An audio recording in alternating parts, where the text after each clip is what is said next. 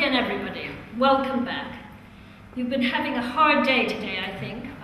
It's been a lot of work. But anyway, we're looking now today at something different, okay? Something completely different. This is reading for a completely different purpose, okay? I want you to think about how you feel when you're tested in the normal way, okay? So in a normal class, I call you up and we do the usual kind of testing we do. I ask you about a piece of grammar, or I ask you about a particular book we've read, and you and I talk face to face, and then I write down a mark. How do you feel inside yourself? How do you feel? Under pressure. Under pressure. Nervous? Yes. Nervous. Do you think it helps you to learn more in this process? Why not? Why don't you think it helps you to learn more? Because in this way you only repeat what you have studied. So this is not a kind of chance to improve your own culture on. You're absolutely right. You do exactly what you've been asked to do because you're too frightened to do anything else, aren't you? Okay. Today we're going to look at a different kind of assessment. This is a kind of assessment that is designed to help you get better. They've done a lot of research on students, and it's very interesting. They did research on a very large number of students, and one group just got a mark for the work they did. One group just got a mark and a comment, like, you know, nice piece of work, but look at your punctuation, for example. And the third group just got a comment, The only group who made progress, was the last group who got just the comment. And over the year, they made a 30% improvement compared to the other two groups. So the mark is really very unhelpful. And the mark tends to only stimulate interest in the subject for the most able students in the class. Students who are weaker and just get marks just get demotivated because they always get bad marks. And when they get the mark and the comment, they look at the mark and they don't even read the comment. Okay? So what we're going to try and do now is look at how we can make this kind of comment helpful to a fellow student. So what I've given you today is on your desk already is something one of you has written last year, okay? And I'd like you to look at it and think about what you could say to this student to help him get better. And the main principle of this kind of marking is you have to find two things that are great about his work, that you like, and that you can say something positive about, and then one thing only that he could improve. Why do you think that if we put, say, 5 things he could improve, it wouldn't be so good for him? Why do you think? Could be depressed or his. Depressed, too many things to do, it's not even worth starting. It's obviously terrible, I can't bear it, I'll never write again. Okay? Remember that writing is a very personal thing, and so it's very difficult. You know, you put something on paper, and it's as if you've had a baby, and someone says, "Oh, that baby is horrible." How do you feel? You know, you don't want to hear that, because it is your baby.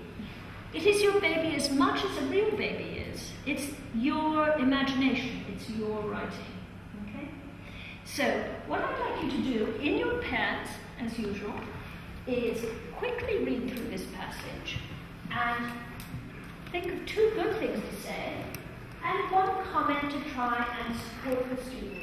And try and phrase that comment in a way that is not, you know, this is a terrible story. Try and phrase it in a way that gives the person, the writer, a chance to say, oh yes, that's right, we could do it that way. That I can see that would be better. Okay, it has to be constructive, building him up. Now, before we start, I'm going to give you, pay attention. I know it's late in the day, but still pay attention. I'm going to give you the assessment criteria, okay? How this would be marked. Now, I was not interested, when I marked this, in technical accuracy. So don't worry about spelling, don't worry about punctuation, don't worry about grammar, don't worry about syntax, none of those technical things. What I want you to think about is the quality of the story. Okay? Is it a good story? Do you like the character? Is the character interesting? Is how the story ends satisfactory? Okay? Right, I'm going to give you a very short time to read this. Okay? I'm going to give you just a few seconds. Off you go.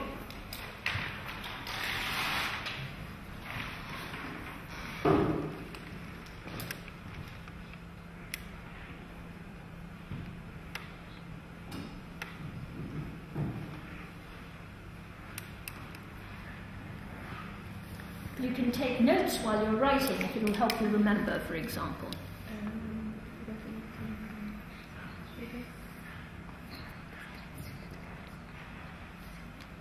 Okay, if you've finished reading, just start talking to each other about what you think, okay? Just start talking to each other about what you think.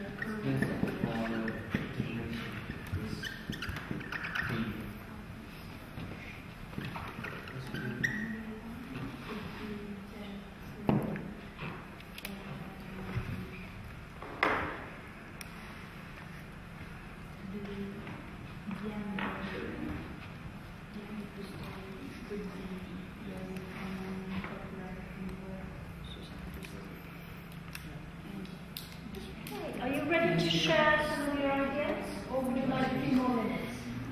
Okay, 1 more minute, but it will be only 1 more minute. I'm going to measure it.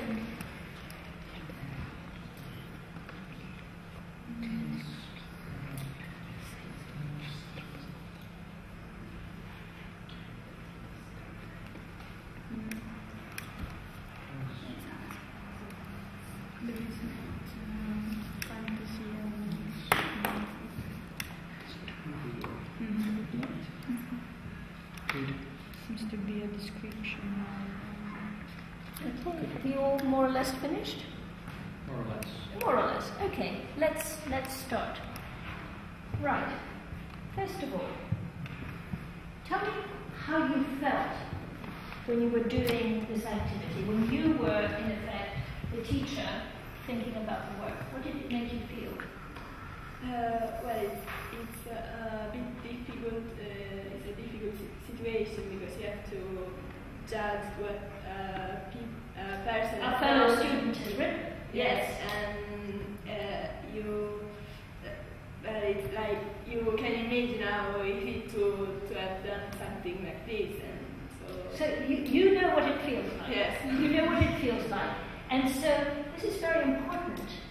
Teachers forget what it feels like to receive a negative comment because it's so long since anybody has marked any of our work. It's a long time, in my case, a very long time, since anyone has marked my work. And so we forget the destructive power of a negative comment or a bad mark. And destructive isn't the word, it's absolutely soul-destroying. It makes you, when you get that good mark, woo, it's great. But when you get the bad mark, even if it's only so-so and not what you were expecting. You know, if you're a good student and you're used to getting high marks, and you say, oh, this is not possible. You know, what went wrong? The teacher has it in for me, right? Okay. So it's a very personal thing. So it's quite important that we remind teachers how important this feedback is, okay? And you're beginning to feel what it is, particularly if this is written by your friends. You know how you feel when a friend comes up and says, what do you think of my new skirt? And you say, well, it's fantastic. Do you think it could be a little bit longer, perhaps? Whatever. You know, we try and find a nice way to say things. Or sometimes we don't even have the courage to say things. Yeah? Okay. So you need to be truthful here, but constructive. So what did you think? Tell me what you thought. We thought that there are some good elements in the text. For example, the description of the character. Yes, I like that description. I think the writer is very good at getting that image. Tell me what you liked about the words. Well, you can really understand what is. Imagine, Rob was 45. He was short, with curly red hair, full of dandruff, an enormous dental apparatus in his mouth, and big glasses. We see him. Yes. He is absolutely the perfect picture. I mean, we can just imagine him, can't we? I think I agree. Did you feel that the characterization was good? Yes. Yes. He used a lot of adjectives and so. Yeah, it's good, and he painted a very clear picture. What about his personality? How did you feel about his personality? That he was a bit insecure. Insecure, that comes across as well. And it's done quite well, I think. Yes. Yeah. Okay. What else did you like about what he... it is a boy who wrote this, yes. The fact that there is a clear context. Yes, excellent. We know where we are, we know what we're doing, we know this guy is a computer nerd, obviously. Right, okay. So it adds also understanding the story better. Yes, excellent. I agree, absolutely. Did you pick out the same things, or did you pick out anything different? Also, the fact that there is the description of the current situation, so something that is nervy to our daily life. Yeah, very good. The writer did something that is very important. Picking something he knew how to write about. Very often, young writers, when they start, don't have the... they want to write about things they don't know about. And they don't have the background knowledge to write about it well. And so this writer picked an area he knew, and he wrote about it very convincingly. So we believed it. Yeah. Did you find anything else you liked about this? Yes, this is directly to our generation. Yes, so. it speaks very well to the audience, his intended audience, which is fellow students. It's excellent. Right. So that's, if you got that feedback, you would feel very, very well, wouldn't you? You'd like that. You'd really enjoy that. Okay, now let's see how we would like him to improve. What do you think? We thought that there could have been a better ending, maybe. In what way? There could have been more suspense. Yes, I think you're absolutely right. And how would you have created suspense in this story? Describing a bit better the final situation. Yes, and maybe, yes, go on. The woman, yes. So one could have had more play with the whole thing of the woman and which one, or something like that. Yeah. There could have been, it's always nice in these very short stories if there's a sharp, unexpected twist. I think this is a case where it was pretty easy to predict the end, wasn't it? And it would have been nice if there would have been something unexpected. Yeah. That is certainly a point for improvement I would have made, to make the end more satisfactory. What about you? Did you, what negative, and not constructive, but, you know, thing for improvement would you choose? Because of the final that it's not so great, I think.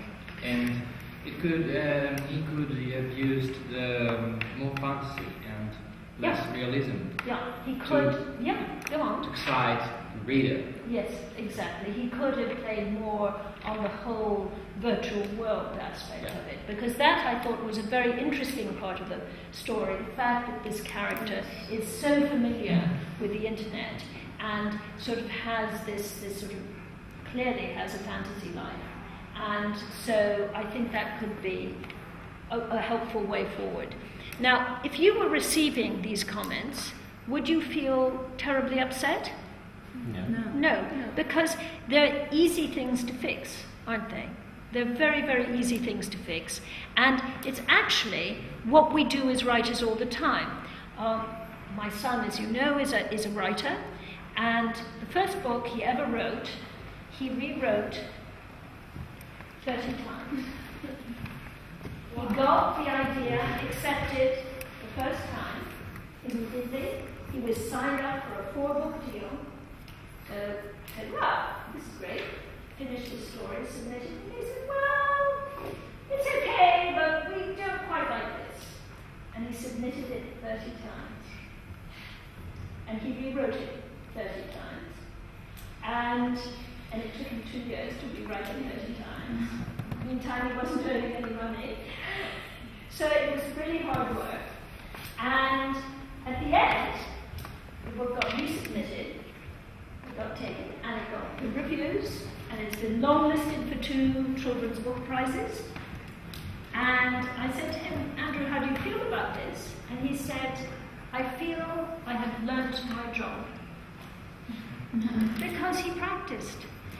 None of us sit down and write fluently.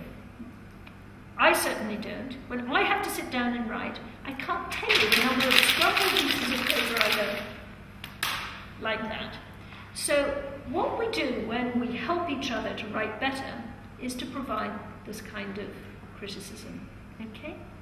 So from now on, when we're doing work in class, and I ask you to look at each other's work, I want you to use this technique, and I will try and always use it as well. Okay?